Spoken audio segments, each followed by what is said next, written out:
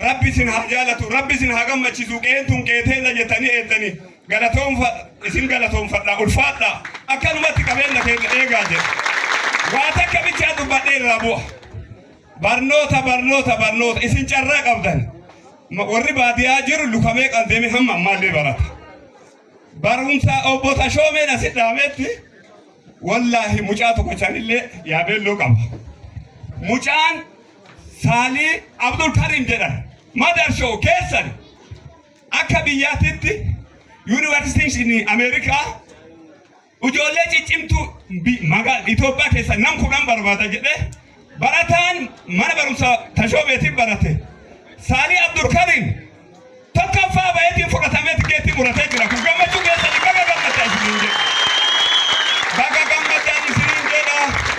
تشومين وجيبي جاني متي بارونسان اللي كيسر رافود اللي دلقوا جد ربي أرميساس نوها إرس مجايسا كان مجايس أبادال كأباد يا ربي سهاقot ربي بهاقل إسا هاتيسو غلطوما ألفادا إسرينجلا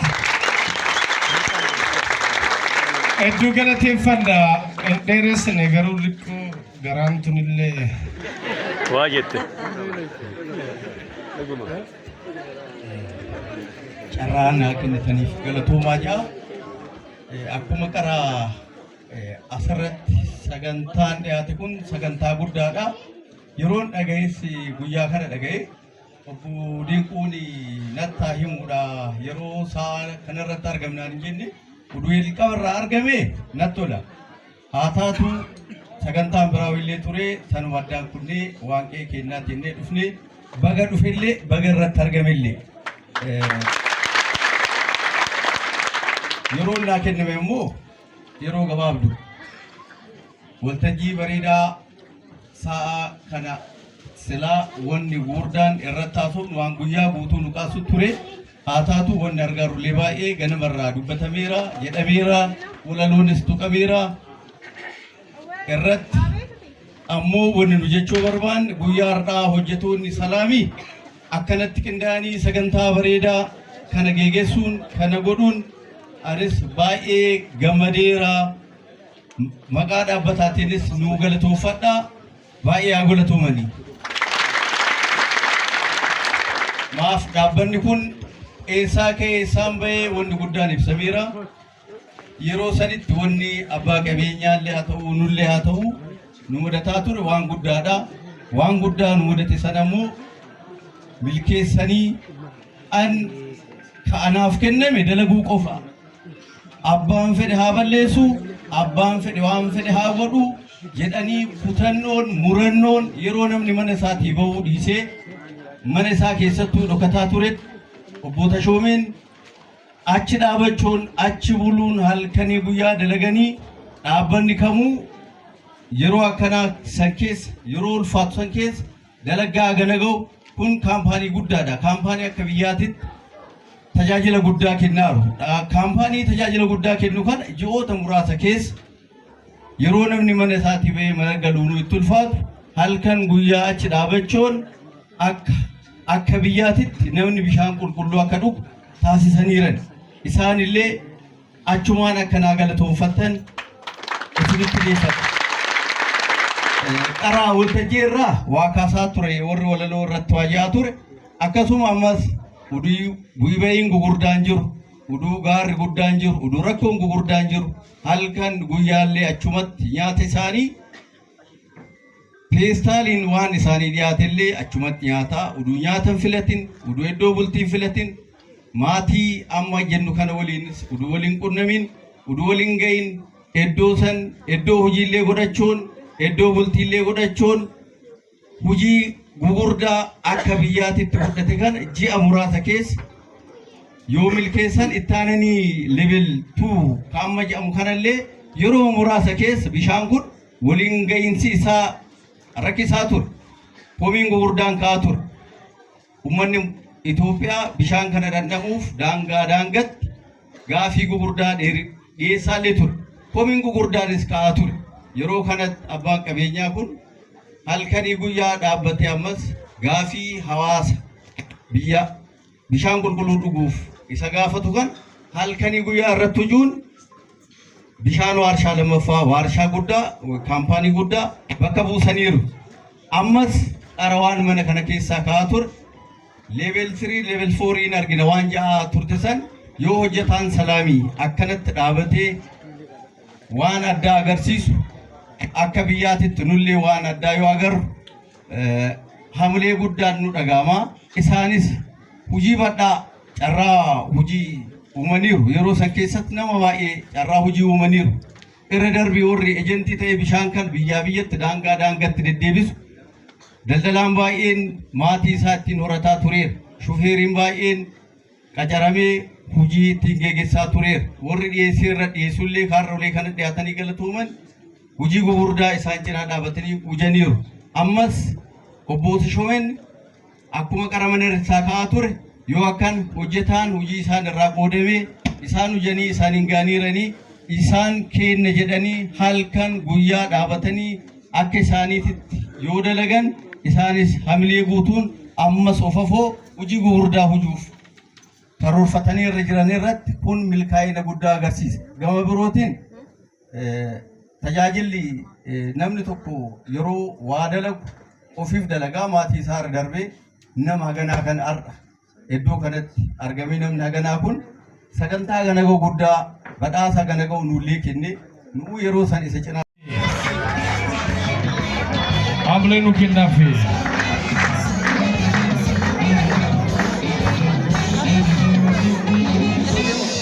Abba Yohannes Zellala amlee nu kennaafi amlee nu kennaafi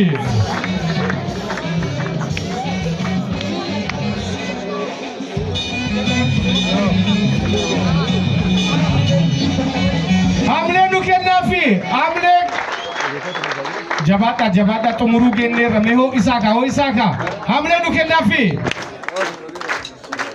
Raya Lole amlee nu kennaafi Raya Lole ogeessa cimaadha keemistiidha hedduu galateeffadha amlee nu kennaafi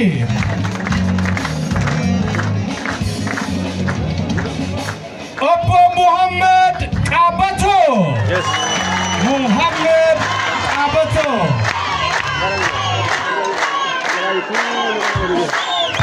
Ijabta.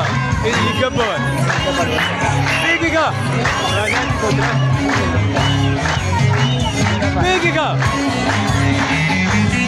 Hamle nu kennafi. Obbo Muhammad Qabato. شنو مكان تبوني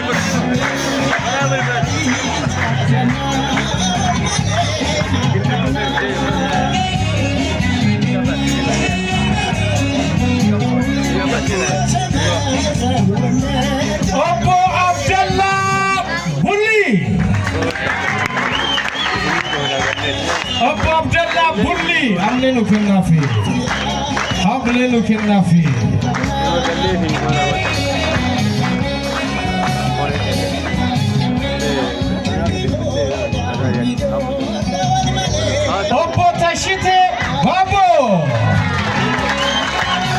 Obbo Tashite Babo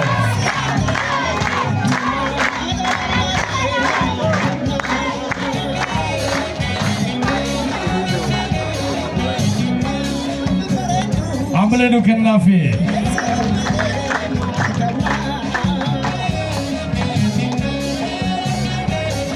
kabajamoo kenna bota shooma guddee hedduu galateeffannaa ulfinna guddaadhaan gara iddoo isaanii nu deebisu sagantaan hordofaa jirtani sagantaa hojjettoonni dhaabbataa bishaan salaam kallattiidhaan sirna galateeffannaa qopheessanidha. Kanatti aansuudhaan hiriyyoonni tashooma guddee wajjin guddatanii warri imala isaanii kallattii hundaanuu milkeessanii kan uummata isaanii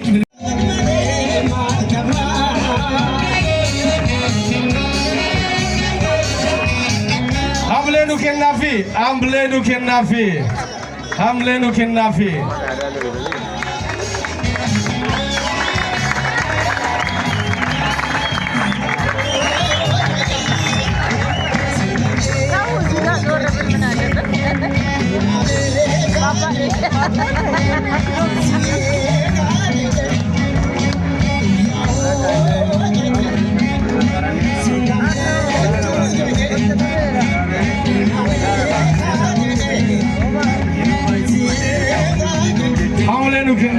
Amlenu Kennafi.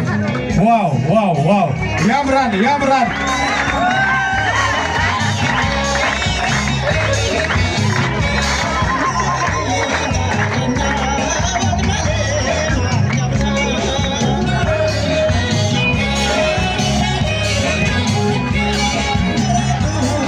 Amboti gadaa kenna galateeffannee kabajamtoonni kenna asumatti nu taa'u kenna addaa qabna abbootii gadaa kenna nu galateeffadhaa. Kenna addaa kanaan boo akka nu kennaniif gara waltajjii kanaatti kan deebisnu kabajamoo kenna obbo Dastaa Mandoyyuu fi kabajamoo obbo Muhammad ta'u hamileedhaan garana nu fiddu. Hamileedhaan nu fidaa.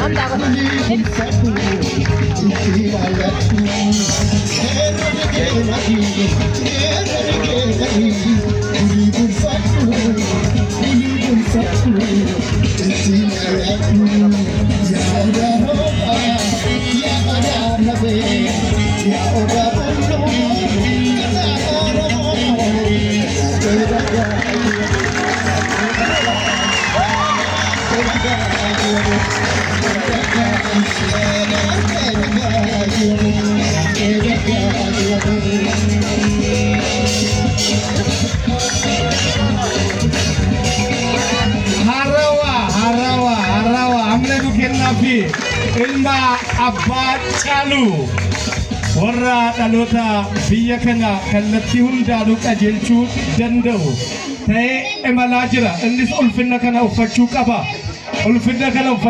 Itti duwwisa amlenu kennaa nu eebbisaa itti nu tufa.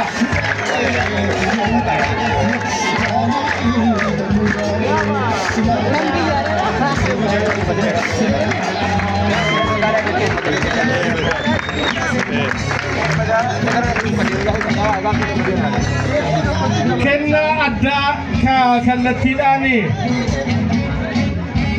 Kenna addaa kanammoo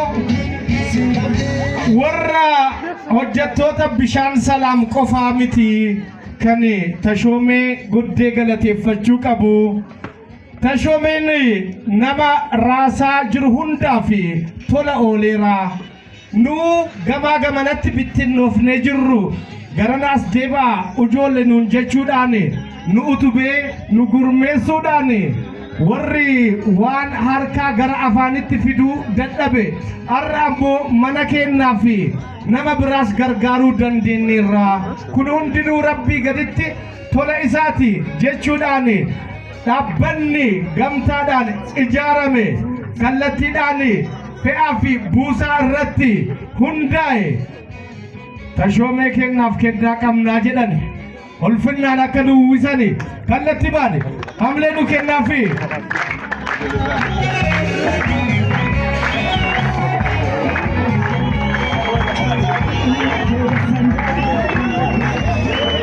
Ulfinnaa itti aanusi.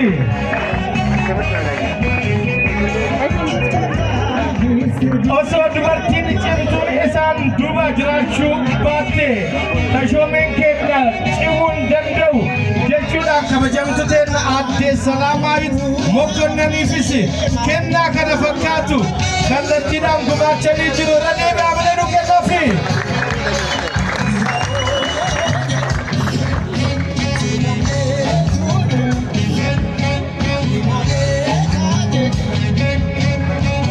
Hamlee nu kennaafi.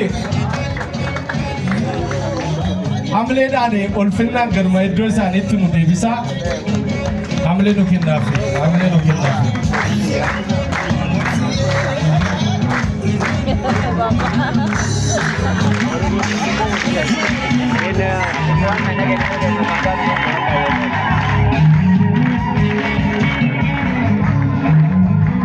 Kabajamtoota keenya ulfinnaan garuma iddoo isaaniitti nu deebistu.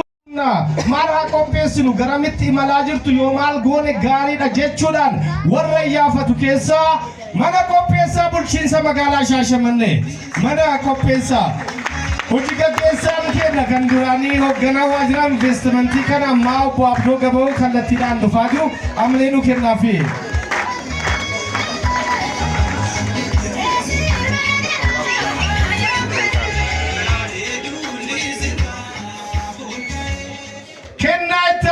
Fudhataniif gara waltajjii kanaatti kan affeerru oduu fi odeeffannoo waqtaawaa uummataan ga'uun kan beekamu riqicha mootummaaf uummataa ta'ee kan tajaajilu waajjira dhimmoota koominikeeshinii mootummaa bulchiinsa magaalaa Shaashamannee. Hamilee laadhaa fi meemee sagantaa sagantaa kaameraadhaan jalqabaan gadhumaatti faana ture. Waajjira koominikeeshinii bulchiinsa magaalaa Shaashamannee guddaa galatoomaa jennaan.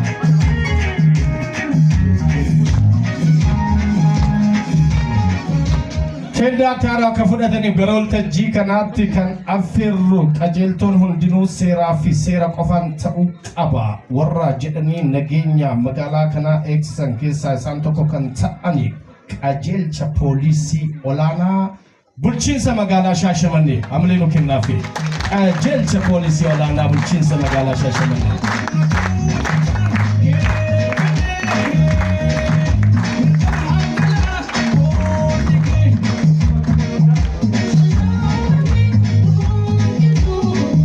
Kendaa taanoo akka fudhataniif gara waltajjii kanaatti kan affeerru waajjira bulchiinsaa godina Arsii Lixaa amalee nu kennaafi. Waajjira bulchiinsaa godina Arsii Lixaa bakka bu'aan osoo jiraate dhufee fuudhuu danda'a. Arsii Lixaa waajjira badhaadhinaa damee godina Arsii Lixaa. Waajjira badhaadhinaa damee godina Arsii Lixaa. Waajjira galiiwwanii godina Arsii Lixaa. Waajjira galiiwwanii godina Arsii Lixaa. Waajjira daldalaa godina Arsii Lixaa. Waajjira bulchiinsaaf nageenyaa godina Arsii Lixaa.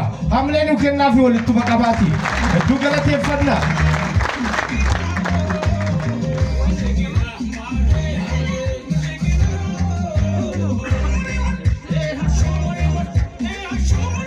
Kendaa taanoo akka fudhataniif gara waltajjii kanaatti affeerra.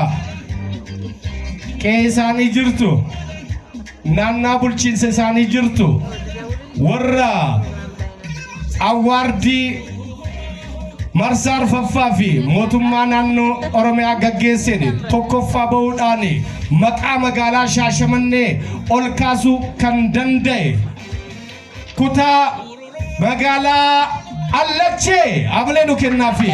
Kutaa magaalaa Allachee amalee nu kennaafi. Gaggeessummaa cimaa fi ulfina qabuun gaggeessuun milkaa'ina magaalaa Shaashamannee fi kutaa magaalichaa ol kaasuu danda'aniirani kabajamoo kenna Bolataa Tafarraa irra deebi'aati amalee nu kennaafi.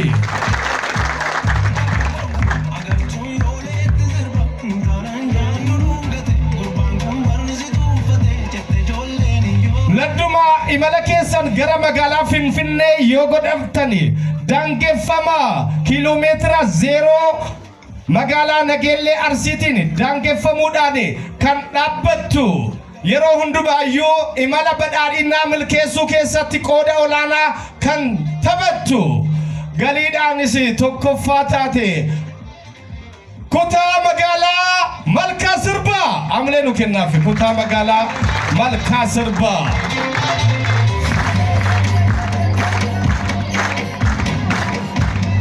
Kennaa taanoo akka fudhataniif gara waltajjii kanaatti kan affeerru bulchiinsa magaalaa Shaashamanneetti wirtuu daldalaa kan taate kutaa magaalaa Harufa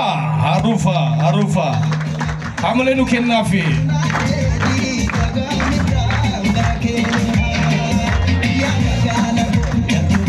Amalee nu kennaafi.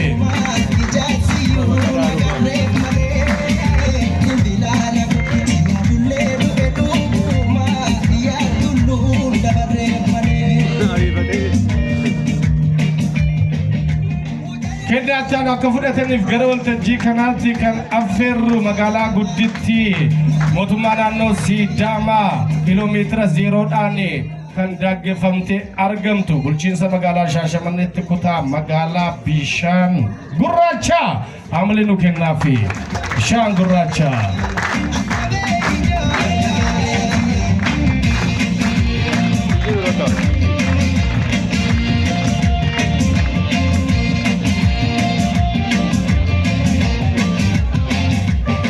warra sapilaarotaa fi kennamutu jira jedhani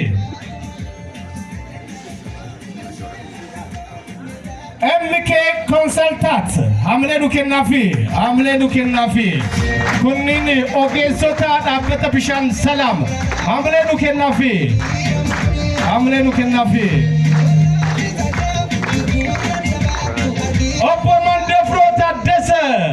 Obbo Mandefro Taddese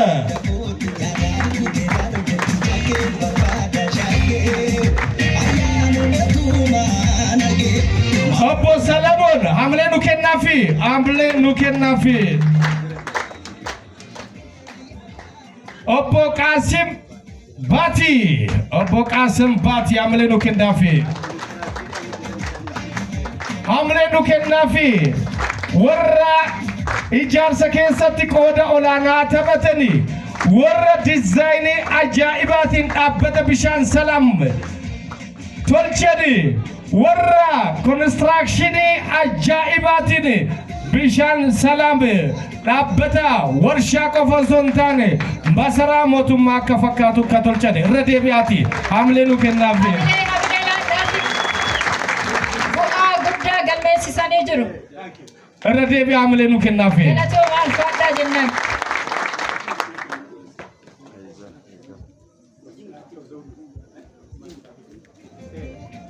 Ziginj Package PLC kunniin afaan Chaayinaati na fakkaata. Hamilee nu kennaafi.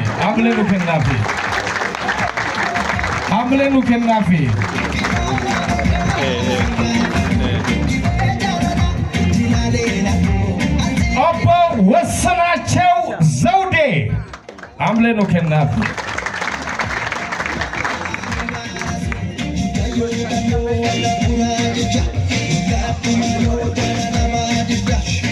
Hamilee nu kennaafi. Bakka bu'aan dhufanii fuudhaa jiru Hamilee nu kennaafi.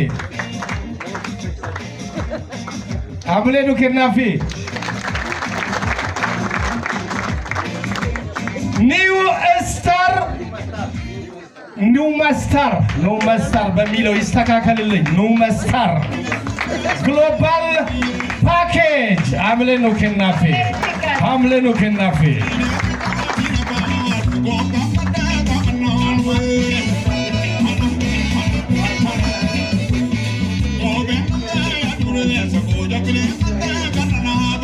Haqa namaa dabsuun dhugaa namaa dabsuun inuman ta'a.